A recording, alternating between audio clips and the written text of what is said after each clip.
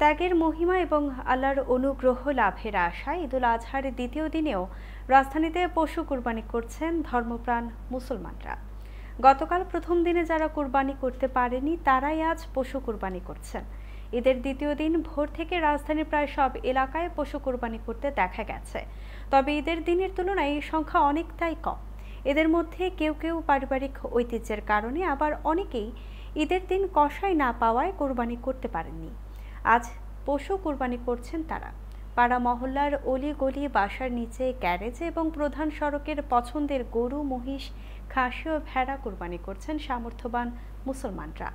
ইসলামের শরীয়ত মতে কুরবানির পশু জবাই করার সময় থাকে 3 দিন। হিজরি জিলহজ মাসের 10, 11 ও 12 তারিখ সামর্থ্য অনুযায়ী কুরবানি করা যায়।